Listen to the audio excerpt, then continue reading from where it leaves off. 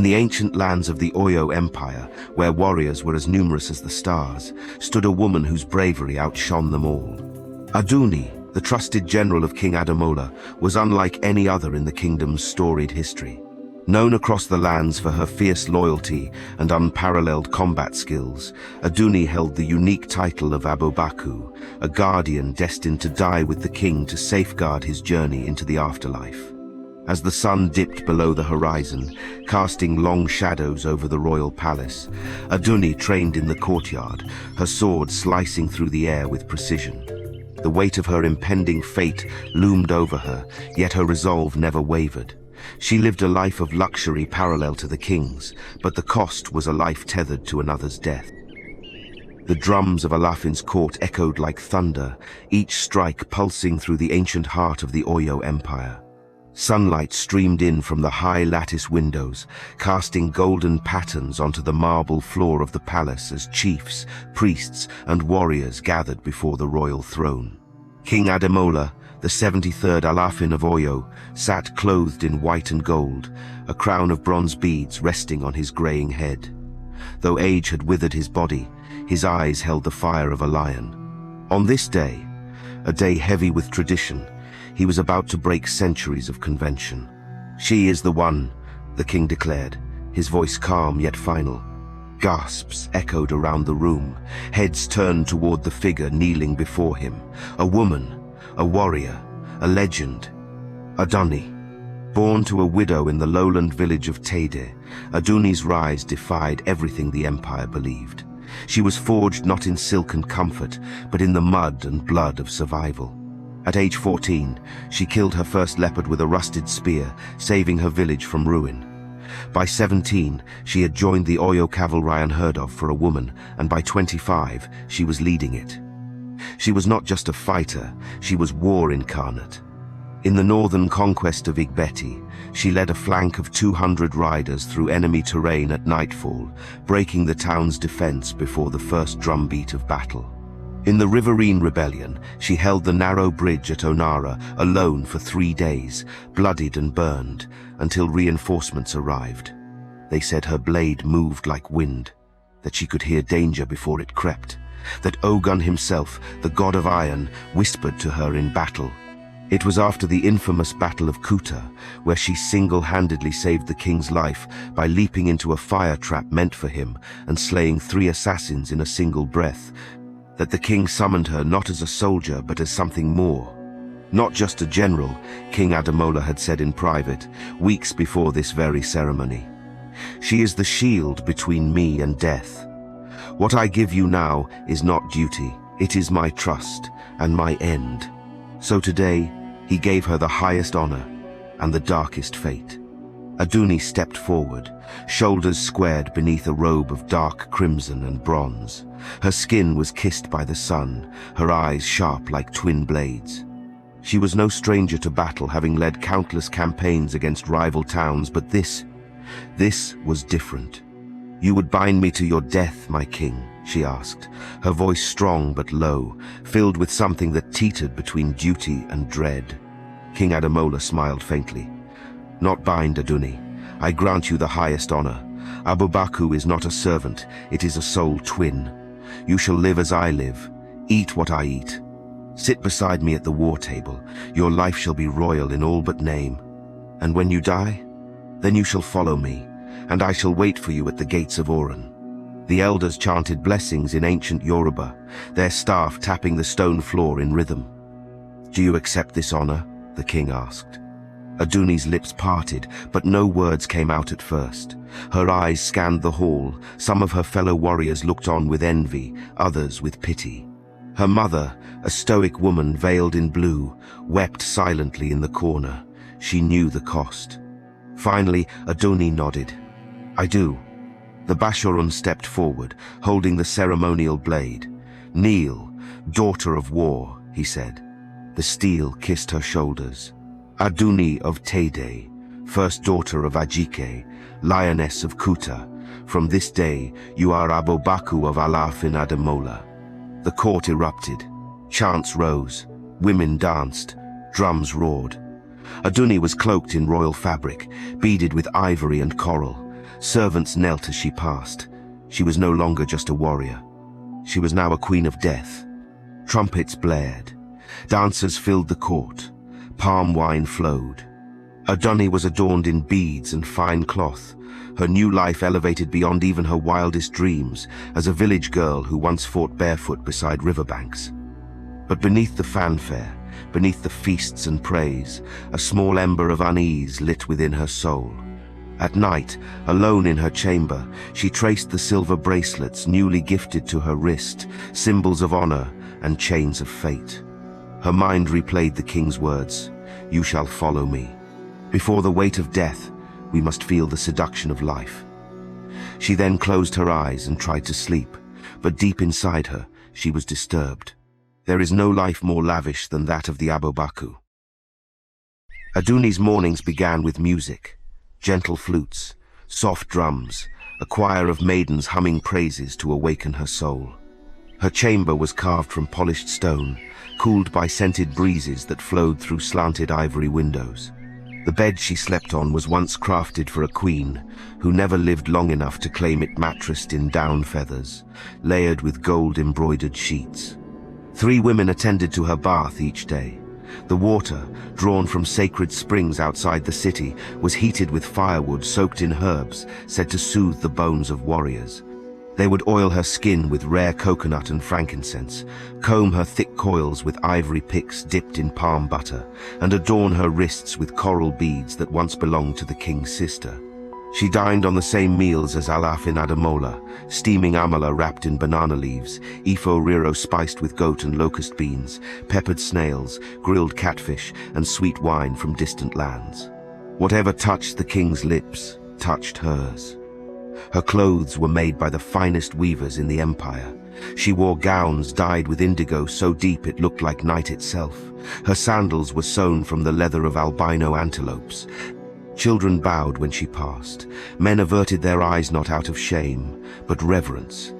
And yet, for all this wealth and glory, Adunni felt like a bird in a jeweled cage. Yes, she had servants. Yes, her name was sung at festivals. Yes, even the Bashoran, the most powerful chief in Oyo, greeted her with respect. But behind every smile given to her was a secret, a truth unspoken. She was already dead. For all her riches, for all her power, Adunni was a woman on borrowed time. Every gift was a countdown, every praise a farewell. When she sat beside the king in council, her words carried the weight of thunder. Chiefs listened, scribes wrote. Even the king leaned in when she spoke. But sometimes she would glance sideways at him, not as a king, but as a man whose death would drag her into the ground with him. One afternoon, while receiving a delegation from the town of Iwo, the king gestured toward her. "This is Adunni, my sword and my shadow. Her courage fed the heart of this empire. I fear the day she follows me." The courtiers laughed. A jest, they assumed. But Adunni didn't laugh. That night, she sat alone in the royal garden. Fireflies blinked between the branches. A peacock called in the distance. Her cup of wine, half full, trembled in her grip. A soft voice broke her silence. "You're the most envied woman in the land," said Yejide, her closest handmaiden. "There's no higher honor." Adunni turned slowly. "It is not an honor. It is a golden rope tied around my neck. Everyone watches me dance. But they forget I'm dancing toward the grave." Yejide bowed her head, unsure what to say. Adunni rose, her gown trailing behind her like river mist. Her gaze drifted toward the horizon, where beyond the forest lay distant towns she had conquered. Towns that didn't know her fate. "It is a beautiful life," she whispered, "too beautiful to leave." And for the first time, she let the thought become a full sentence in her mind. What if I ran? Not just a whisper now. A choice. A war yet to come. The peacocks in the palace courtyard strutted through dew-drenched grass, unaware that the drums of war had begun to whisper again. Adunni reclined beneath a silk canopy that morning, sipping cool tiger nut milk from a horn cup. Her ankles were massaged with warm shea butter by servants kneeling beside a marble pool. She barely flinched as 2 royal singers performed softly, praising her valor in perfect harmonies. daughter of thunder, flame in the king's hand. Oyo's shield, Oyo's vengeance, Adunni the unyielding. This was the life of an Abobaku. Power, pleasure, praise. But power in Oyo was not just measured in wealth. It was in conquest, and the drums were no longer whispering, they thundered. For decades, the Nupe kingdom, fierce warriors of the north, had mocked Oyo's rule. Years ago, they had pushed deep into Oyo's lands, even capturing parts of Old Oyo, the spiritual root of the empire. Though Oyo remained powerful in name, the insult still festered in the hearts of the elders. Now, with the king aging and the empire ripe for resurgence, the council of chiefs met under sacred moonlight. There, after heated debate, they reached a decision. The time for humiliation was over. It was time to crush the Nupe and reclaim Oyo's dominance. When the king summoned Adunni, he did not speak softly. "I'll Babaye," she said, "death, the father of terror." It was a title Alafin carried, and he wore it today like a war crown. No one has dared defy me and lived until the Nupe. You, Adunni, shall correct that sin. Adunni knelt and kissed the royal seal. "Give me warriors, I will return with their heads." The campaign was brutal. The forests were thick, the rivers are swollen. The Nupe had fortified the ancient ruins of Old Oyo, believing no Oyo soldier would ever return to claim it. They were wrong. Adunni led 5,000 men and women into battle, mounted riders, ironclad spearmen, and flaming archers from the Kishi borderlands. For 3 days and nights, they encircled the Nupe fortress, cutting off water and food. Then came the siege. At dawn, under a sky smeared with crimson, Adunni rode through their broken gates on a black horse soaked in blood. Her armor shone with dust and death.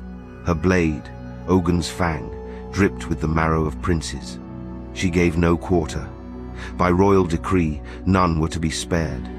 The city burned. Screams rose to the heavens. Smoke kissed the stars. Old Oyo was retaken. When she returned, the people of Oyo lined the city gates with petals, kneeling as her horse passed. Children sang her name. Women wept and threw cowries into her path. The king met her at the palace gates, flanked by warriors and priests. "Your fire has become my crown," he said. And across Yorubaland, her legend roared. No longer was she merely Abobaku. She was Ajaka, the Storm Queen. Kingdoms who once scoffed at Oyo now sent tribute. Kings offered gold, sons, and treaties. They feared not just King Ademola, but her.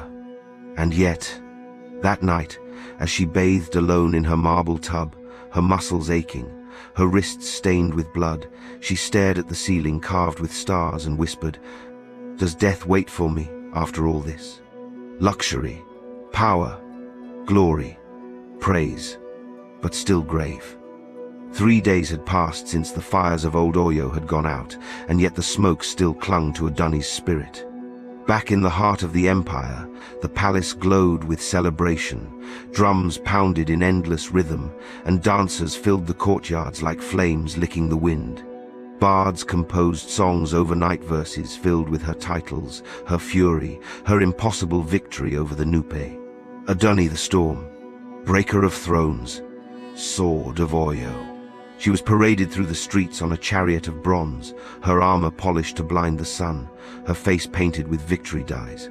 Women ululated from balconies, warriors beat their shields. Even the birds seemed to sing her name. But inside, she felt nothing. That evening, she sat beneath a velvet canopy on the palace terrace. A feast stretched before her. Grilled bushmeat basted in honey pepper, ground yams served in gold plates, steaming pots of egusi, roasted duck eggs, and sweet palm wine aged in royal cellars. The dancers had just finished a routine that mimicked her war strategy, and the high chiefs clapped until their hands were raw. "You silence kingdoms," one noble declared, raising a calabash. "May the gods grant you eternal life." Adunni smiled, but her eyes drifted elsewhere. To the shadows, to the silence between the flutes. Later, alone in her private chamber, she peeled off her armor piece by piece, first the shoulder guards, then the heavy chestplate. One by one, she placed them gently on the woven mat like she was shedding skin. Her servant, Myde, stood nearby with a warm towel and bowl of oil. "Your name is carved into the drums now," Myde whispered with pride. "Even the children of Dahomey chant it." Adunni nodded. Then, after a moment, "Did we spare anyone?" Myde hesitated. "No, by your command." A long silence. Adunni stared at her own reflection in the polished bronze mirror. Her body bore scars, some old, some from the battle, but it was her eyes that looked most wounded. There was a flicker in them, not a weakness. No regret. Weariness. "Do you ever wonder," she said slowly, "if the gods only love blood?" Myde blinked. "I don't understand." Adunni stood, walking to the window. The moonlight poured in, washing over her like a secret. She looked out toward the vast courtyard, where servants laughed and palm wine was spilled in joy. "They love me when I kill. They feed me when I burn cities. I am adored, praised, envied, but it is always for war, always for death." Myde, unsure, replied, "You are what they need." Adunni turned. "But is it what I am?" That night, when the palace slept and the stars blinked through the darkness, Adunni walked barefoot through the empty garden. She passed the sacred statues. The royal drums are now silent. The wind carried the scent of hibiscus and ash. She reached the quiet pool beside the ancestor shrine and looked into its waters. Her reflection stared back beads, gold, power. But behind her eyes, a question burned. "If I do not die with the king, who will I become?" She reached into the water and splashed her face. The surface rippled, but the question did not fade. The Council of Chiefs sat in their private quarters, where even servants dared not enter without being summoned. Thick smoke curled from cola nut burners. The walls were padded with damask to muffle sound. Here, behind closed doors, they spoke truths that would never touch the wind. "She grows too large," muttered Chief Gbonka, the Bashoran. His voice was like gravel rubbed between two dry stones. "The people chant her name more than the Alafins." "She earned it," replied Oloriaje, one of the few female chiefs, calm but sharp. "She brought fire to Noop's throat. Would you rather she had failed?" Chief Gbonka leaned forward, his robes rustling like dry leaves. "This is not about failure. This is about balance. Oyo was never meant to kneel to a woman, especially one with no royal blood." "But she is Abobaku," said Ajay. "Exactly," he snapped. "She's meant to die, not reign." A thick silence followed. Then a younger chief, barely 30, cleared his throat. "What if she refuses?" All heads turned to him. "She has tasted power. She commands loyalty. Some say even the royal guards would follow her command before the king's son." "No one refuses tradition," Gbonka said. Elsewhere in the palace, in quieter corners, the servants and guards murmured too. "She speaks like the gods are in her mouth," said one kitchen hand, slicing yams. "I heard she killed 7 Noop captains with her bare hands," another replied. "They say she doesn't fear death," a third whispered. "But what if she just doesn't accept it?" They looked at one another, unsure if it was admiration or unease they felt. And in the royal family itself, a different fear brewed. Prince Kofawarola, the king's only surviving son, stood on the palace balcony, his fingers clenched tightly behind his back. Below, the people still sang of Adunni's return. "She is not royal," he spat. His mother, Queen Olayemi, placed a firm hand on his shoulder. "Then take back the court with your own hands, or lose it to a woman who doesn't need a crown to command a kingdom." "But she's to die with father." "Yes," the queen said. "So I see no reason why her existence should bother you." That night, Adunni walked the palace halls in silence. She could feel it, the weight in the air. The sideward glances, the sudden hush when she entered a room, the stiffness in the servants' bows. The kingdom worshipped her. But the palace? The palace feared her. In the sacred hall of ancestors, she lit a candle and stared into the flame. "Let them fear," she thought. But another voice whispered in her ear, her own voice, quieter, older, wiser. "Fear breeds betrayal. By the blood of Oran Mian, he was born a king. Prince Kofowarola, only son of King Ademola, bore the weight of lineage like a cloak stitched in fire. From birth, he had been told that the throne would one day be his. The royal drums were tuned to his name. The Ifa priests had cast his fate in sacred chalk. Even the stars, they said, bowed to his arrival. But stars, like people, were fickle. Because now, in every corner of Oyo, they no longer chanted his name. They chanted hers. Adunni. He watched her from the palace balcony as she trained with her guards. Sword flashing, sweat on her brow, muscles carved from war and willpower. Even her silence demanded attention.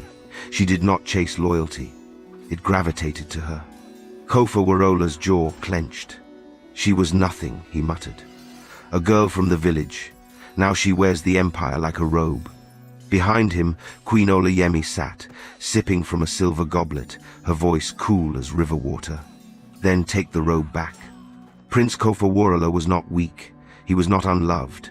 He had studied under the finest scholars, trained in diplomacy, mastered the flute, the bow, the blade. But he was a king, built for peace, refined, eloquent, poised. And peace was not what the people wanted. They wanted fire. They wanted steel. They wanted Adunni. Later that week, in a private shrine tucked behind the palace garden, Kofowarola knelt before the carved image of Isu, the trickster god. A priestess approached silently, her body wrapped in red cloth, cowries at her ankles. "You seek power," she said, reading his thoughts without being asked. "I seek what is mine," he replied. "You fear the Abobaku. I fear what happens if she lives." The priestess lit incense. "Then you must make sure she dies, with the king." From that moment, the prince began to move like smoke, soft, invisible, but everywhere. He visited chiefs at night, offering soft bribes and sweeter promises. He courted the palace guards, giving them new weapons and whispered futures. He even hosted public feasts in his father's honor, though the true guest of interest was absent. Adunni was never invited. And yet, Adunni remained unmoved. She felt the shift, the chill in the corridors, the sudden formalities where there was once respect, the way Prince Kofowarola smiled with his mouth but not his eyes. One evening, he approached her in the corridor, a calculated casualness in his step. "Sister of fire," he said, bowing slightly, "the kingdom owes you everything." She didn't reply. "You've given us land, glory, and soon your life." Still silence. "But tell me," he added, stepping closer, his voice a silk blade, "do you truly believe you will follow him into the grave, or will the gods bend even for you?" Adunni stared at him, measured, unblinking. "Only the dead make that journey," she said, and walked past him. But as she turned the corner, her heart thumped louder than it should. She knew now what she hadn't before. If she dared to live, he would dare to kill. The road to Tede, Adunni's birth village, was a narrow trail carved through forests of tall iroko trees and whispering bamboo. She rode alone, cloaked in plain wrappers, far from the palace eyes. No guards, no drums, no banners. Only the silence of a woman seeking answers. She hadn't seen her mother since before the Nupe War. Not as Abobaku, not as a woman chosen to follow a king into the earth. She had fought battles, won lands, silenced armies, but the war inside her had grown too loud to ignore. Her mother's compound sat quietly at the edge of the village's simple walls, a wooden gate and a garden overgrown with scent leaves and hibiscus, a place untouched by the weight of kingdoms. Ajike, daughter of traders, mother of Oyo's fiercest warrior, opened the door in a faded wrapper, her headscarf loose. She blinked once. "Adunni, Mama," and just like that, the warrior crumbled into her arms. They sat beneath the mango tree in the courtyard, where the air smelled of smoke, soil, and stew. Ajike stirred a pot of agusi on the fire as Adunni reclined on a mat, silent for a while, watching the flames dance. Then she spoke. "Mama, has there ever been any Abobaku who was spared?" Ajike's hand froze mid-stir. Slowly, she placed the spoon aside and turned. "What did you say?" Adunni sat up. Has there ever been one who did not follow the king into the grave? Ajike exhaled, the weight of generations pressing against her chest. As far as I know, no, she said softly. Not in all the stories, not in all the times of our people. The Abobaku must follow the king. It is law older than drums. Then why? Adunni whispered. Why does it feel like everyone wants me dead before I even reach the grave? Why do they act like I'm a threat, as if they're afraid of me? Ajike's eyes met her daughter's. A long silence passed, the kind that only mothers know how to hold. Then she spoke. Because you are not like the others, Adunni. You are not a shadow. You are a storm. They don't just expect you to die, they need you to, because if you survive this tradition, you will change the world. Adunni's throat tightened. But Mama, the prince, the chiefs, even some priests, they speak like there is a chance I won't be buried, like the tradition could break. Ajike's gaze lowered to the fire, its light flickering across her wrinkled face. There is only one person, she said slowly, who can decide such a thing. Who? The king. Adunni stared. But it's never happened. Ajike nodded. Never. Not once in the history of Oyo. Adunni's heart pounded. What if he doesn't speak before he dies? Then tradition will speak for him.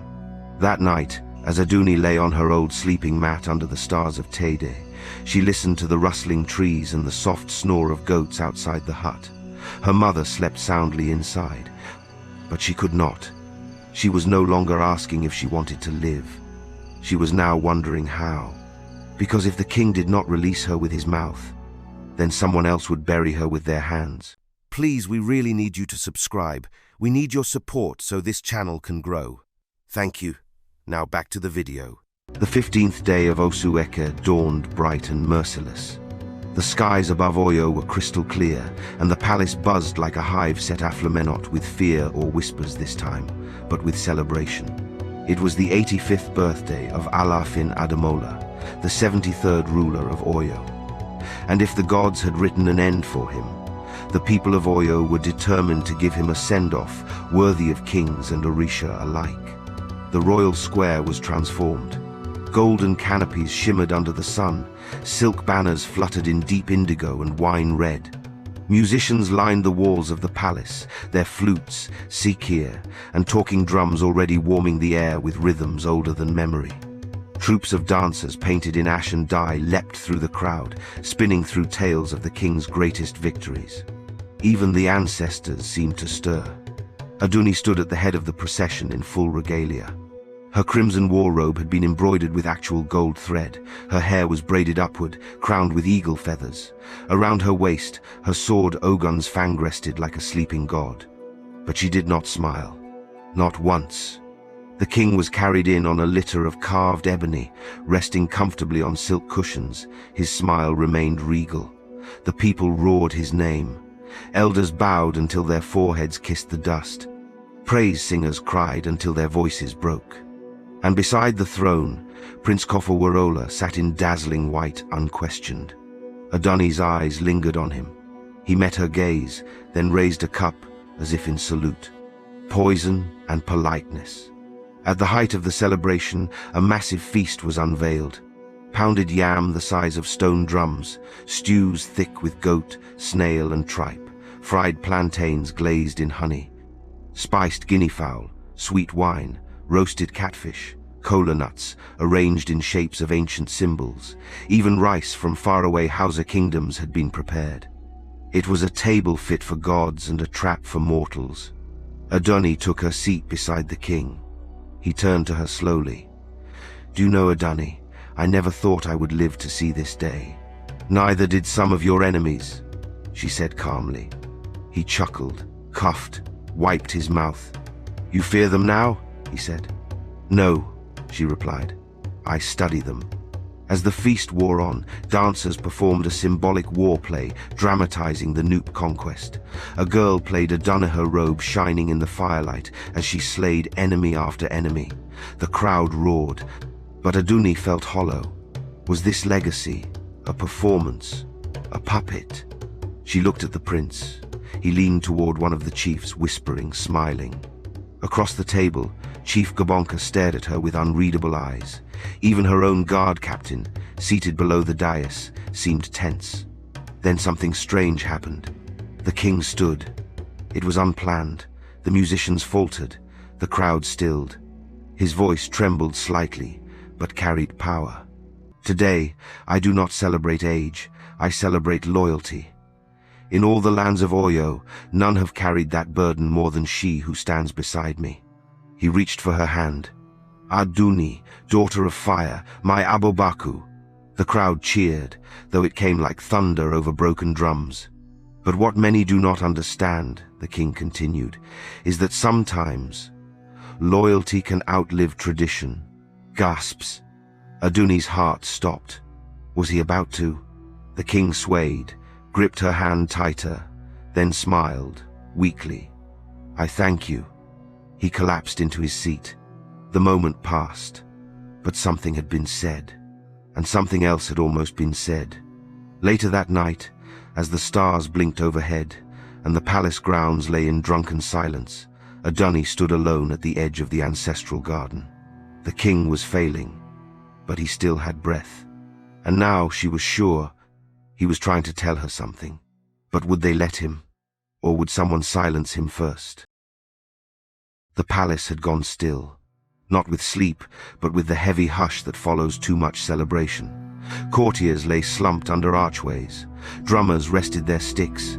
Even the wind seemed to tiptoe through the corridors. Adunni moved like a shadow through the halls, her footsteps soundless against the polished marble. She knew the guards would not stop her. She had bled beside their fathers, but she also knew that someone had begun instructing them to watch her, too closely, too often. She didn't care.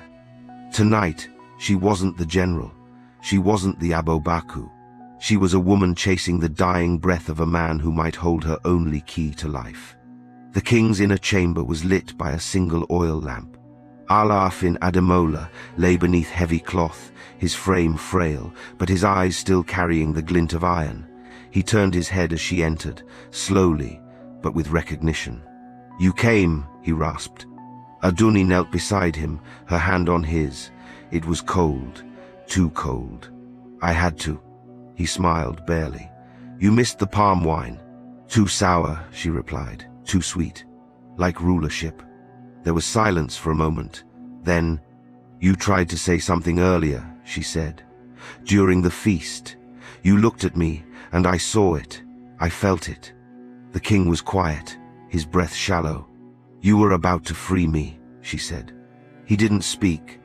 Tears welled in her eyes, but they didn't fall. Was I wrong? She asked. No, he said, barely above a whisper. You were not wrong. Her throat tightened. I never feared death, she said. But now, I see it's not the grave that's dangerous. It's those who dig it.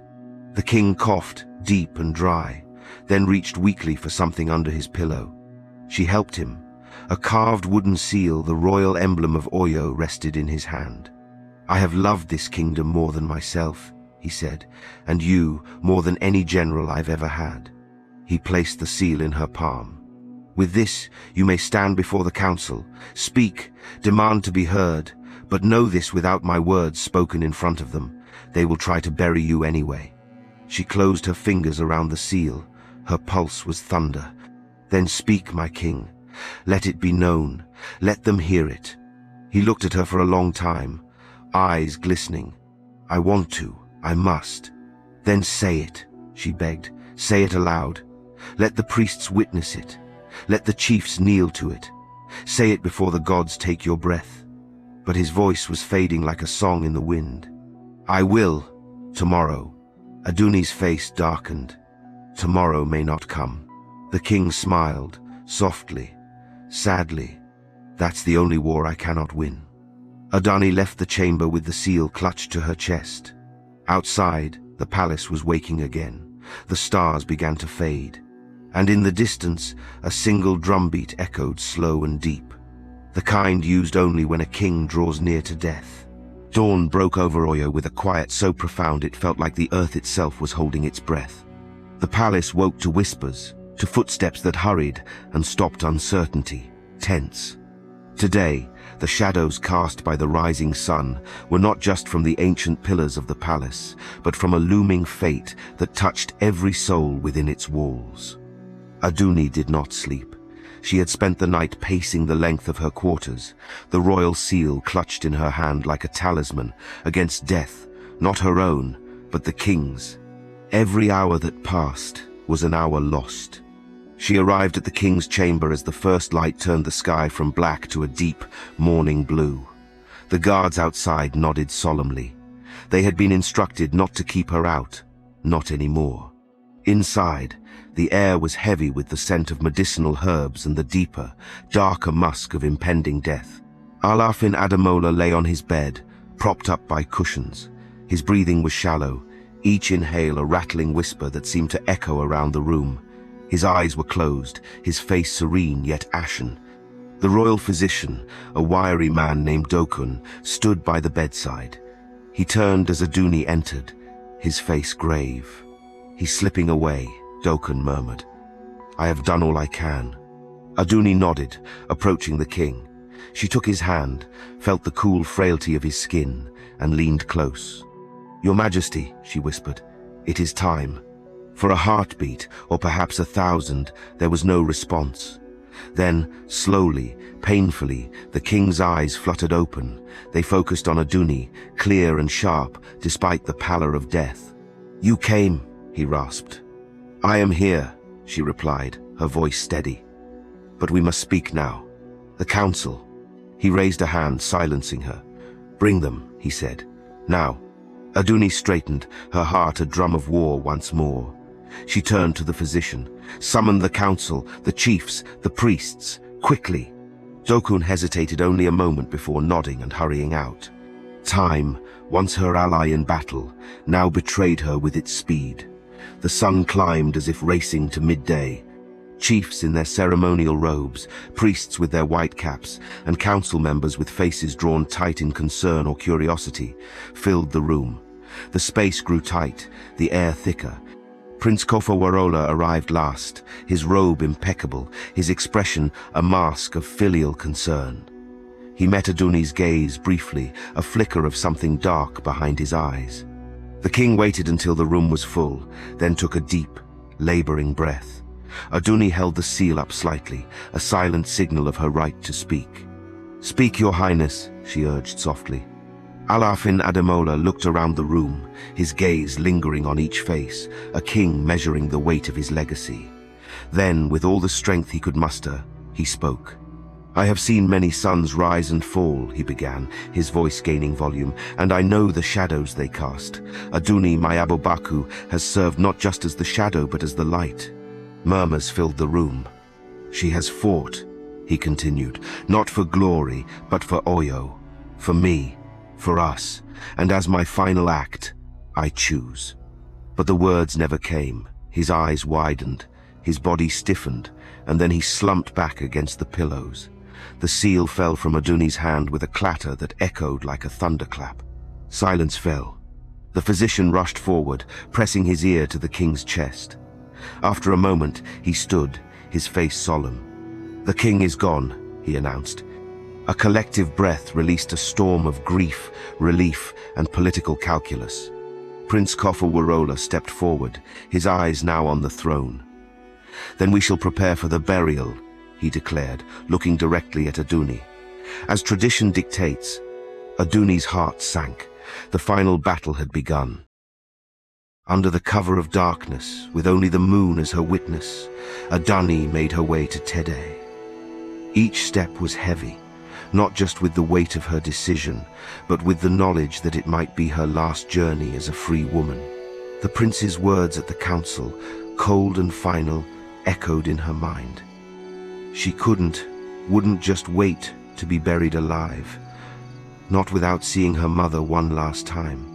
Her mother's compound was quiet as she approached, the familiar scent of earth and wood smoke strong in the air. But as she slipped through the gate, a light inside told her that sleep was far from Ajike's mind. Ajike appeared at the door, her face lined with worry that turned to sorrow the moment she saw her daughter. No words were needed. The truth hung between them, heavy as the night air. They embraced, holding each other as if to stop time, or at least slow it. "Mama," Adunni whispered, her voice thick with unshed tears. "I knew," Ajike said, pulling back to look at her daughter. "The moment they announced his death, I knew they'd come for you." Adunni nodded, her resolve hardening. "He tried to speak, Mama. He tried to free me, but death is quicker than the tongue," Ajike finished for her.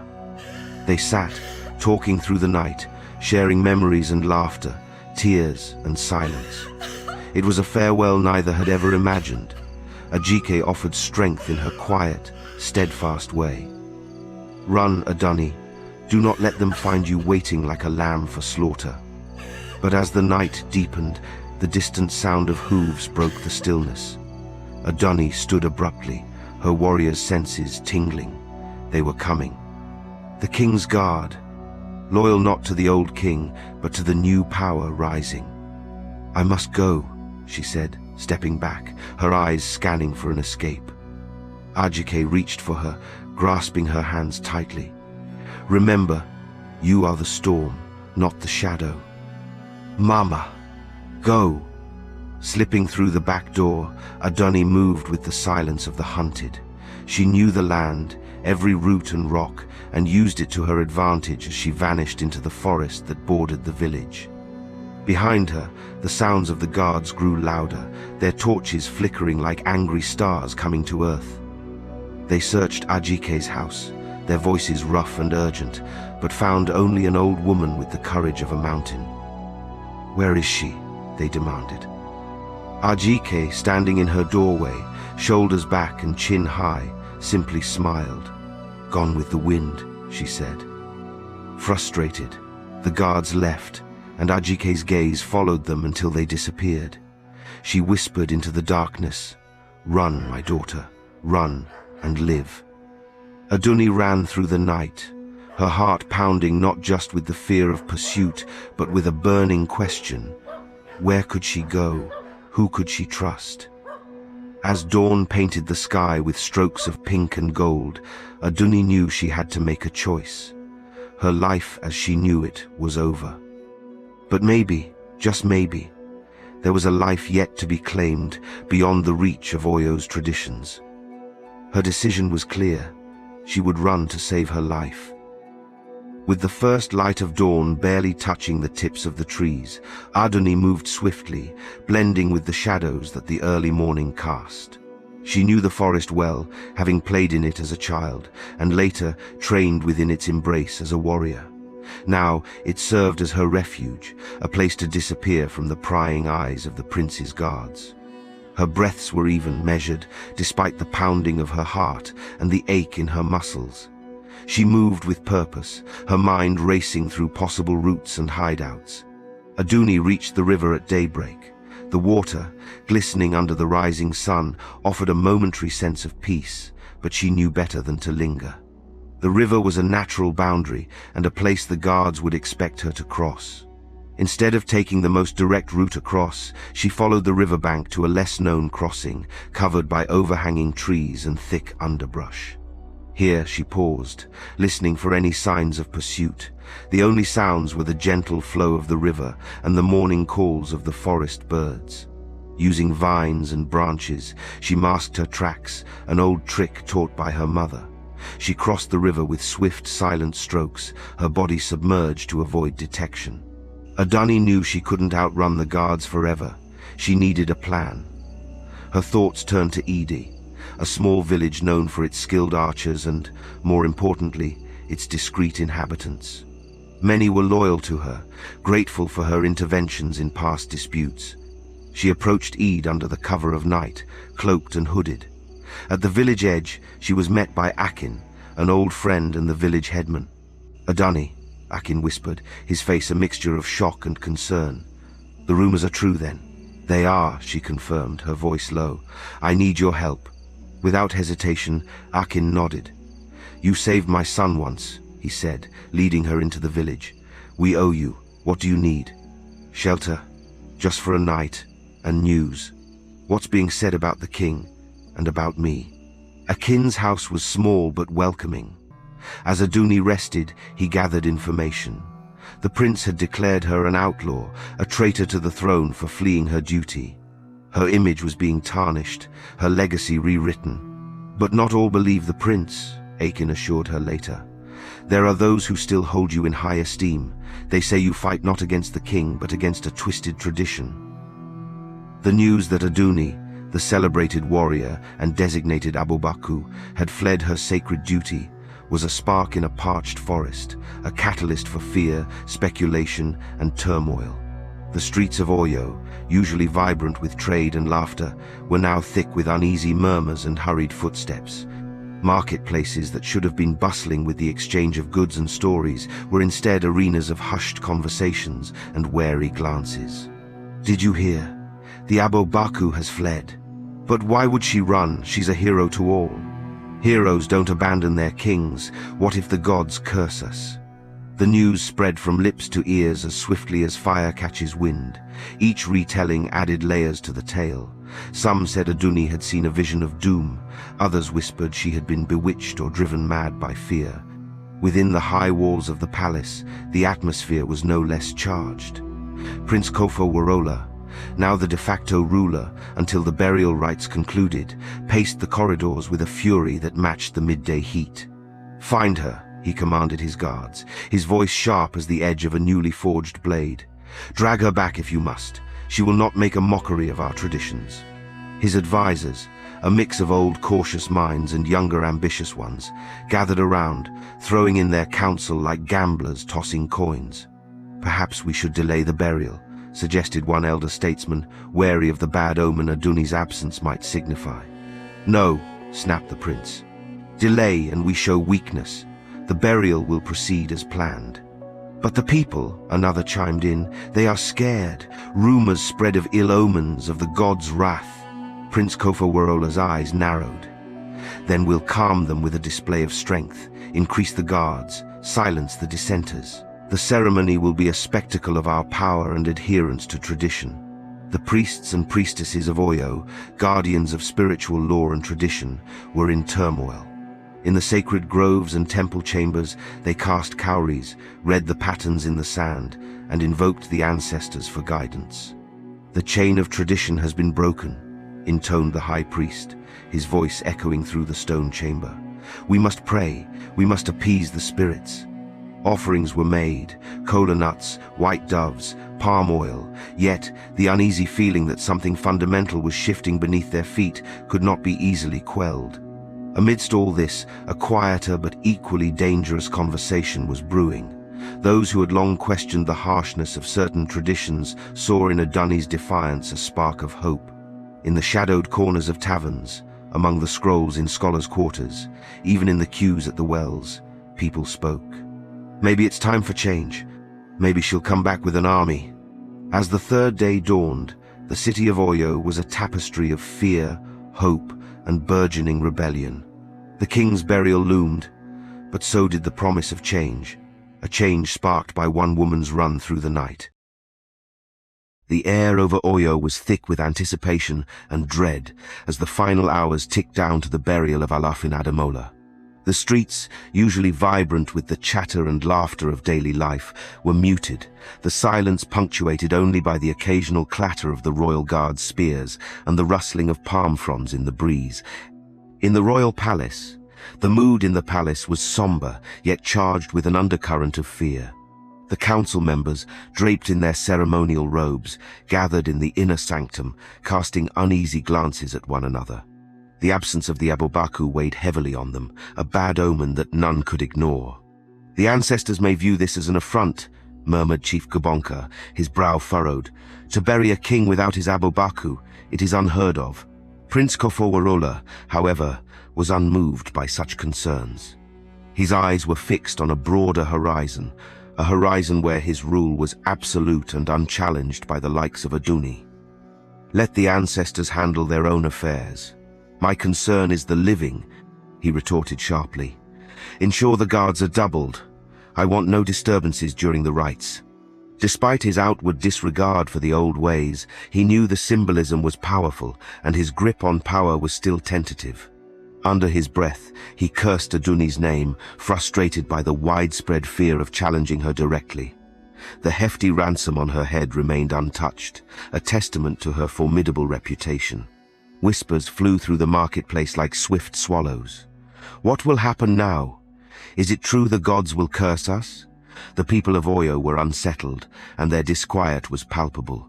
Priests and priestesses moved through the crowds, offering reassuring words while secretly performing rites to appease any wrathful spirits. They too feared the repercussions of the broken tradition, even as some quietly questioned the necessity of such a brutal custom. The entire city seemed to hold its breath as the procession began. As the procession passed, an eerie quiet followed, broken only by the solemn beat of the drummers, slow and deliberate, echoing the heartbeat of a troubled kingdom. The body of the late king was taken. It was said that the Abobaku was buried with him, that during the king's final rites, the Abobaku was led in silence through the sacred groves, adorned in crimson robes, her head bowed in solemn loyalty. That she lay inside another grave not far from the king's body, her breath stilled by honor, her flesh returned to the earth as custom demanded. But no one ever saw it. Because according to tradition, only the royal priest is permitted to witness the king's final resting place. No guards, no family, not even the prince. And so the people of Oyo were left with rumors. Some believed the gods had taken her in silence. Others whispered she had gone willingly, proud and unafraid. A few even claimed they heard her voice in the wind at night. But the truth was running through another kingdom, barefoot and nameless. Far from Oyo, Adunni lived in quiet anonymity in the coastal village of Agbamevo, a place where the only sounds were the rush of waves and the cries of seabirds. Here, she was not Abobaku. She was not a general. She was not even Adunni. She was simply Oyo, a fisher's assistant who mended nets, carried baskets, and spoke little. Meanwhile, back in Oyo, the kingdom flourished. Trade routes reopened, harvests were bountiful, the people danced in the streets again. No thunder fell from the skies, no plague darkened the land. The gods, it seemed, were silent. And this silence birthed a louder question. Was it ever truly necessary to bury the living with the dead? Some elders remained adamant. Tradition is not meant to be understood, it is meant to be obeyed. But the younger voices grew louder. If the gods required sacrifice, would they not have punished us by now? Even among the priesthood, quiet rifts were forming. One night, Adunni stood at the edge of the sea. The water lapped at her feet, cold and constant, like memory. She had tried to forget, to blend, to disappear. But the world wouldn't let her go. A traveler from Oyo passed through the village's market that week, speaking loosely over calabash wine. They say the Abobaku was buried, but no one knows. They say she may have fled, that she walks with Ogun's shadow, that she is not dead at all. Adunni listened quietly, her back turned, her hood drawn. She smiled. They weren't sure. Good. Adunni knew now what she had to do. Her absence had become a myth, her defiance a question. But myths could change the world, and questions could shatter thrones. She would return someday not just to reclaim her name, but to end the tradition that nearly buried her.